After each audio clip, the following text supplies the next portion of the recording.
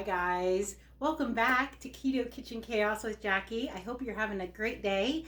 So I am going to show you a couple of different chaffles that I want to make. So I've been playing around with these and I really think you're going to like them. So one is going to be a rye type of chaffle. So we can use that for either a patty melt or for a Reuben.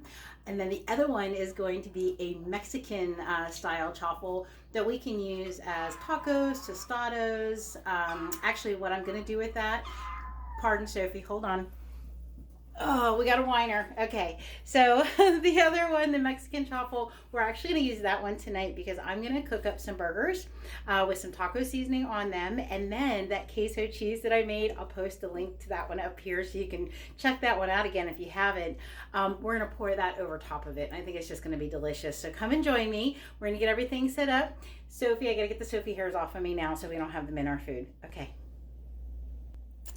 Okay, so here we go. So the recipe I'm going to do is the same recipe that I did for my no cheese chaffles, except for this time there's going to be some cheese. But what I'm going to do is I'm actually going to split them in half. So this one is going to make about 6 chaffles. So that is going to be 3 eggs.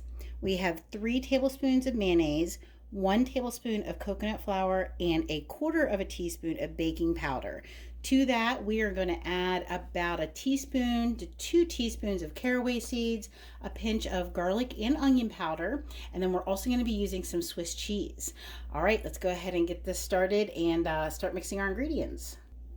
All right, so I beat my eggs, and now I'm going to go in with 3 tablespoons of mayonnaise, and we're just going to go ahead and get that combined.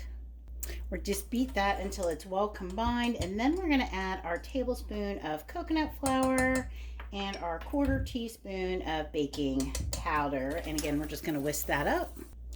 Now that that is all combined, we're just going to go in with some onion powder, and now I'm just going to eyeball that. I'm just going to throw a little bit in. You know, I don't really measure stuff that well. Some garlic powder. Again, we're just going to kind of go in. Now, I'll tell you, when I made these the last time, all I did was I used the egg, Swiss cheese, and some caraway seeds.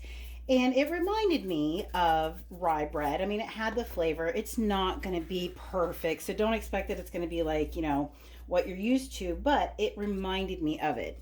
So the reason I decided to do it this way for you all is because I kind of want the fluffiness that the coconut flour gives it, and the baking powder and the lack of cheese inside. So what we're going to do is to give it a crispy exterior, but have it a little bit squishy inside so it can hold on to either the juices from the hamburger or the juices from our homemade Thousand Island, and the sauerkraut from the Reuben that I want to do. We're going to put the Swiss cheese on the bottom of the waffle maker. So hold on, and I'm going to pull this together and I'm going to show you how we're going to do that, okay?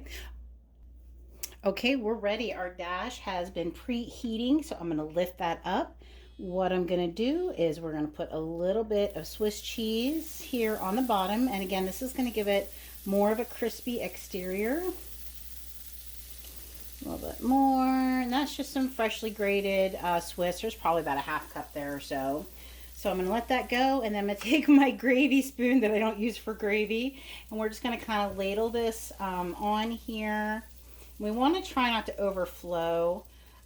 It happens a lot of times, and I don't actually know why I didn't do it this time. I will put a plate underneath to catch any drippings. Apparently I was in too much of a hurry to do this for you guys. So we just want to make sure that we kind of cover all the little holes there so you don't have holes in your bread. All right, and then we're just going to put another little sprinkling of some Swiss here on top. All right, and let that cook for a second. Look, I think I overfilled it. You can see that it wants to try to overflow. We'll see what happens. So we're going to put that down for about 5 minutes. All right, we'll come back and check. Oh, gang, it's been 5 minutes. Are you ready? Look, I didn't quite overflow. It was really close. It does happen, but look at that beautiful chaffle. Yay! All right, so Again, the reason I didn't add the cheese to the batter is that I want it to have more of a bread-like texture. But what's going to happen is I'm actually going to heat this up in the skillet when we make our Reubens, and that cheese will help keep it crispy. So that's the rye one. So, all right, let's move on to our Mexican. All right, all right. So we are now on to our Mexican style chaffle that we're going to do. So I've already beat up the eggs, the mayonnaise, coconut flour, and the baking powder. So now we're going to go in with our seasonings. And I'm not measuring it. I'm just going to kind of eyeball it. So we're going to use some garlic powder first. And I just like to give it a nice sprinkle across the top. Then we're going to go in with some cumin. So, I mean, I know the seasoning that I like. So we're gonna go in with some chili powder.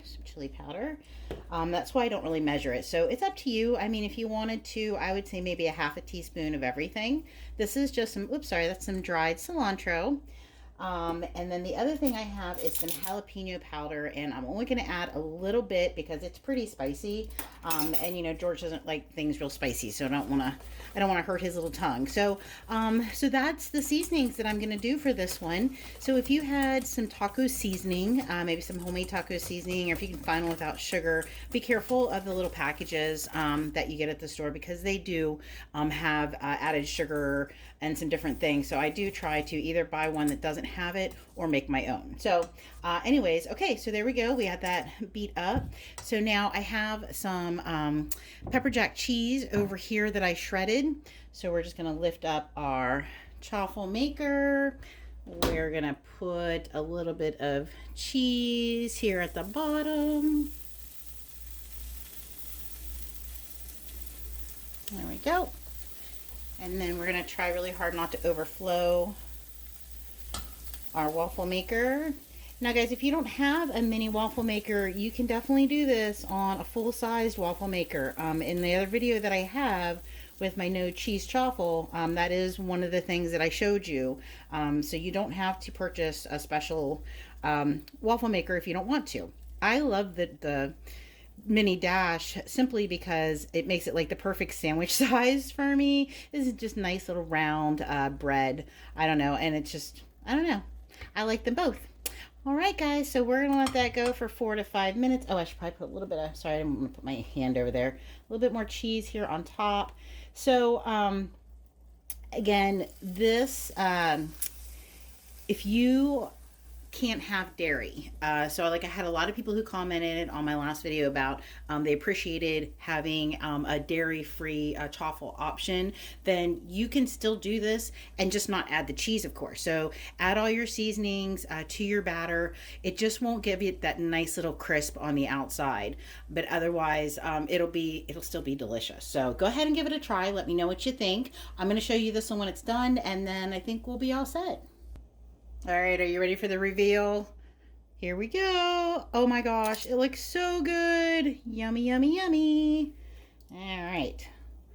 Oh, so this is going to be nice and crispy, like I said, on the outside, and then ooey gooey like bread on the inside. Okay, not ooey gooey, but you know what I mean. All right, so guys, I'm going to finish making these. We're going to do, so let me know if you like these, and you know what other seasonings we can maybe use. All right, guys, have a great night. Be nice to each other. Be kind. All right, I'll see you soon. Bye.